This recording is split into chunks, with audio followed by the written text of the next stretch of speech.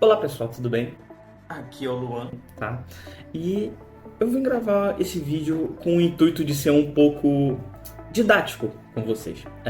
Sobre um assunto que é interessante a gente analisar uma parte, porém, Entender como é que funciona é muito mais legal. Vem comigo. então, eu queria falar sobre produtos e os seus públicos-alvo. Porque muitas vezes uma empresa lança um produto e ele não necessariamente faz sucesso, mas ele pode ter feito sucesso naquele nicho que ele foi pensado. O que eu estou querendo dizer com isso? Simples. Eu vim dar o exemplo aqui do MacBook de 12 polegadas lá de 2015 que a Apple fez. Qual que é esse notebook? É esse que está aparecendo aqui. Então, esse notebook ele tinha uma proposta, né, que era ser leve, bem compacto, ultra fino e para ser usado em diversos trabalhos leves, tá? Esse ponto é muito importante. Então, primeiro tópico. Qual que era o público-alvo desse equipamento? Basicamente estudantes. Estudantes de faculdade, estudantes de escola mesmo, precisassem de um equipamento que fosse leve e prático. Mas poxa, peraí. Mas na época já tinha o iPad. Por que então que eles lançaram esse equipamento? Que ele era como se fosse um iPad, ele meio que tinha um tamanho de um iPad. Ele tinha uma placa pequena, bem pequena, se eu não me engano era desse tamanho assim. Ele não tinha nem resfriamento na época. Detalhe, Na época que ele foi lançado, até os MacBook Air tinham resfriamento pela ventoinha. então digamos que esse computador ele inventou esses notebooks com resfriamento passivo, que a gente chama. Né? Então o que acontece? Ele tinha uma placa muito pequena, ele tinha um processador Intel Core M que ele era para tablet. Ele era para tablets que usavam Windows, por exemplo. Então o que, que a Apple fez para poder contornar? Tudo aquilo que a gente já sabe que eles fazem de hardware e software para fazer toda aquela integração, para fazer funcionar redondinho. Só que tem um lance, ele não era rápido. Muita gente comprou esse notebook, até mesmo aqui no Brasil, achando que ele ia ser, nossa, ele é muito rápido e é bem pequenininho. Não, ele não era rápido. Porque mais uma vez ele usava um processador de tablet. Então o que acontece? Muitas vezes essas pessoas se frustravam não entendendo a proposta do equipamento. Então esse foi um dos motivos dele não ter feito tanto sucesso depois. No início ele vendeu igual água, porque todo mundo gostou da novidade. Nossa, é muito fino e tal. A bateria dura pra caramba. Mas aí foram aparecendo os primeiros problemas e o trackpad entortava, alguma coisa assim, porque ele era feito de vidro. Como nos MacBooks normais, ele é feito de vidro. Mas era tão fina aquela parte que dava alguns problemas às vezes, entendeu? Se eu achar fotos dele tortinho, assim, eu coloco aqui no vídeo. Voltando aqui, qual que era o conceito por trás dele? Justamente, ele ser fino, ele ser leve e ele ajudar nas tarefas mais simples, tá? Digamos que esse MacBook ele era comparado a uns netbooks da época, tá? Contrariando tudo que o Steve falou na apresentação do primeiro iPad. Basicamente, eles fizeram, não, bora fazer um netbook aqui. Pô, Tim Cook, vacila, hein? Então, o conceito por trás dele. O vídeo do Johnny Ive, ele explica todo o conceito do design, como que as células de bateria ficam lá, mostra os componentes indo na placa e tudo mais. É interessante saber como é que é construído, porque ele é um corpo só de alumínio. Então, ele entortar ou quebrar já era difícil, mas acontecia, tá? E esse conceito ele foi, se eu não me engano, até 2017, se eu não tiver errado. Se eu tiver errado, eu coloco alguma correção aqui, que foi o ano que ele parou de ser fabricado. Então, de 2015 para 2017, são 2 anos, né? Então, tipo assim, se ele tivesse feito sucesso mesmo, ele estaria aí, né? Até porque vai ser uma coisa que eu vou abordar um pouquinho lá para frente, vocês vão entender. Agora, repara só uma coisa. Já tinha os iPads e eles lançaram esse MacBook por conta da tecnologia de miniaturização e tudo mais. Só que tem o iPad Pro. O iPad Pro, ele conseguia ser mais rápido do que esse MacBook. Mesmo com o processador do iPhone, que na época não tinha os M1, M2 e agora está no M3 que a gente tem agora. Então pensa comigo. Se já tinha um iPad que fazia muita coisa que esse notebook fazia, por que o pessoal ia comprar então esse MacBook? Se era só colocar a capa teclado no iPad e estava tudo resolvido. Então, esse era um dos problemas desse MacBook ter sido descontinuado, tá? O iPad, ele tá tão otimizado hoje, tanto que agora ele não usa mais o iOS, ele usa o iPadOS. É um sistema híbrido entre o Mac e o iOS. Ele consegue ser um pouco dos dois e ao mesmo tempo nenhum dos dois. Isso eu posso explicar em um vídeo mais para frente, mas vamos focar aqui nessa parte em que o iPad consegue substituir um notebook de uso simples ou até mesmo um notebook de uso um pouco mais profissional, dependendo do que tu estiver fazendo. Não vai conseguir fazer um desenho muito profissional dentro de um MacBook, nem do Pro, porque desenhar na tela não dá, mas no iPad Pro dá. E o iPad, ele tem o chip M1. Eu não sei se agora ele vai vir com o M3, que foi lançado recentemente, mas é possível, tá? Por que eu digo que é possível? Porque assim como o iMac, que é o computador grandão, ele só veio com o M1 e não pegou o M2 e vai vir com o M3 agora, o iPad pode ser a mesma coisa, ele vai dar um salto evolutivo maior do que os produtos da linha Pro, por exemplo, que pegaram chips M1 e M2, tá? Isso está dando até um problema por aí, mas a gente não vai entrar nesse assunto agora, tá?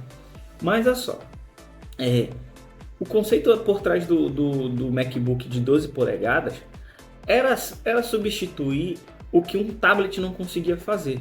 O problema é que ele não conseguia fazer direito o que um notebook conseguia fazer, porque ele era muito lento, ele não servia para edição de vídeo, porque muitas vezes a pessoa comprou esse computador para editar vídeo para o canal, porque foi dito para ele que Mac era melhor para renderizar vídeo e tudo mais. Até aí tudo bem, mas tem que ver qual equipamento tu tá usando. E nem o MacBook Air ele é tão indicado para edição de vídeo. Tem que ser o MacBook Pro para poder fazer, entendeu? Porque lembra, você tá usando uma máquina limitada. Ela tem bateria e tudo mais, então vai acabar em algum momento ali. E quanto mais você usa, mais o consumo da bateria é aumentado. Então tinha esses problemas. Tinham várias coisas que não funcionavam direito e tem mais uma coisinha. O famigerado teclado Butterfly ou borboleta, que foi inventado nesse MacBook. E muita gente odiava esse teclado porque parecia que tu não estava teclando, parecia um teclado digital, ou a tecla quase não afundava de tão fino que era. E esse teclado foi para os outros MacBooks que ficaram fino pra caramba. E o pessoal até 2019 estava reclamando por causa desse teclado horrível. Então veio a Apple, pegou esses computadores que a gente tem agora, de 2020 para cá. Eles ficaram um pouquinho mais gordinhos, ficaram com um design mais quadradinho de novo, igual como era lá no início dos anos 2000, para poder comportar um teclado melhor. Entendeu? Então o teclado do Butterfly ele não é lá essas Coca-Cola. A Apple disse que era um teclado mais incrível, mas todas as coisas que eles lançam eles dizem que é mais incrível. Aí quando não vende, eles param de vender e fica por isso mesmo, não é mesmo? iPhone 13 mini. Então, agora chega a parte interessante. Os culpados entre aspas, os culpados para que esse MacBook não tivesse uma sobrevida. Primeiro culpado, entre aspas, tá? É o iPad normal, tá? O iPad, até mesmo o iPad mini, porque o iPad mini ele consegue ser um mini notebookzinho muito melhor do que era o MacBook de 12 polegadas. E o outro culpado é a própria Apple, porque eu não entendo como eles investiram naquela época com um conceito de um processador de desktop mesmo, só que miniaturizado, que era o Core M, que ele era feito para tablet, mas ele nunca foi muito bom. Então a Apple teve que fazer uns somebody love lá para poder funcionar direitinho, porque, entre aspas, era um processador de dispositivo móvel. Então, óbvio que o Mac não ia funcionar muito rápido ali, naquele ambiente. Porém, se você pegar a carcaça que você tem na época e aplica esse conceito nos chips atuais que a Apple fabrica, seria interessante esse notebook existir mesmo com M1. Não precisava nem ele botar em um M2 ou M3. Bota o M1 nele. eu tenho certeza que ele ia funcionar melhor do que era antigamente. Não precisava nem mudar o design. Ele ia ficar com aquela única porta. A única porta USB-C que ele tinha. E o único conector de fone de ouvido, que todo mundo tem, mas São essas duas únicas conexões que ele tem. Vai ter que usar dongle de tudo que é maneira ali para poder... Haja adaptador, viu? E detalhe, esse conceito de ter só portas USB-C nos MacBooks foi esse carinha também que iniciou isso. Então, ele é culpado de muita coisa que a Apple fez de errado. Mas também é culpado de muita coisa que a Apple fez certo, que é o alocamento de bateria. Mas isso fica para uma outra ocasião. Agora, a gente está entrando na parte que a gente está teorizando como é que vai ficar esse MacBook se ele fosse com M1. E eu diria que ele teria o desempenho mais parecido com um iPad normal, até mesmo com o iPad Pro, mas com o desempenho do M1 e ele fazendo as coisas que um MacBook faria normalmente. Obviamente com as suas limitações, com todo o lance do resfriamento passivo, assim como é no iPad. Porém, ele teria a usabilidade de um notebook, assim como foi o conceito anterior, no passado, só que agora com uma tecnologia mais recente. Então tu colocar lá a tecnologia AM4, poxa, o negócio deve voar, deve funcionar legal. Então eu fico imaginando, poxa, dava para trabalhar legal, dava para editar vídeo sem aqueles excessos.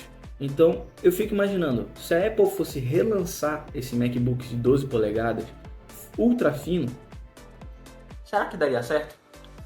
Principalmente pelo fato de, a gente está aqui com esse projeto de carcaça, a gente não mexe nele desde 2017. Será que dava para mexer agora? Até porque os MacBooks básicos são os MacBook Air, que tem o chip M1 e agora receberam o M2, tem o M3. Só que ele ainda consegue ser mais potente do que um iPad, entendeu?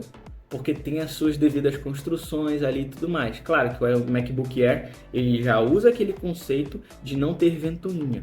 Tá? Ele tem o resfriamento passivo. Desde 2019 ele tem esse resfriamento passivo porque ele é mais fino que o MacBook Pro e ele não precisa da ventoinha, porque ele é o conceito para ser mais simples mesmo. Vai funcionar com menos potência do que o MacBook Pro. Por isso o MacBook Pro tá mais gordinho agora. Antes eles eram praticamente da mesma grossura, não tinha quase diferença nenhuma. E isso causou muito problema para a Apple na questão de os clientes não saberem o que era o que, tinha que perguntar. Mas vamos lá, considerações finais aqui. Eu gostaria muito de ver esse produto de volta com o chip M1, tá? Gostaria de ver também as funcionalidades deles aplicadas em 2023, porque eu já vi muita gente fazendo review desse produto esse ano. Em 2023, hoje é o que? Hoje é dia 20. Hoje é dia 20 do 11 de 2023. É a data que eu tô gravando esse vídeo. Então, esse produto seria interessante nessa parte. Saber como seria a reação do público. Olha, voltou, não sei o que. Ou pessoas que não sabiam que existia. Aí falam, olha que interessante, agora a gente consegue carregar um notebook bem pequenininho. Porque às vezes não gosta de mexer no iPad. Então... fica essa curiosidade para o futuro. Quem sabe eles façam ou não, né? Então, espero que vocês tenham gostado do vídeo. Se vocês gostaram, deixem um like aí. Deixem um comentário dizendo o que eu posso ter falado de errado ou alguma coisa a acrescentar. E até o próximo vídeo, gente. Tchau!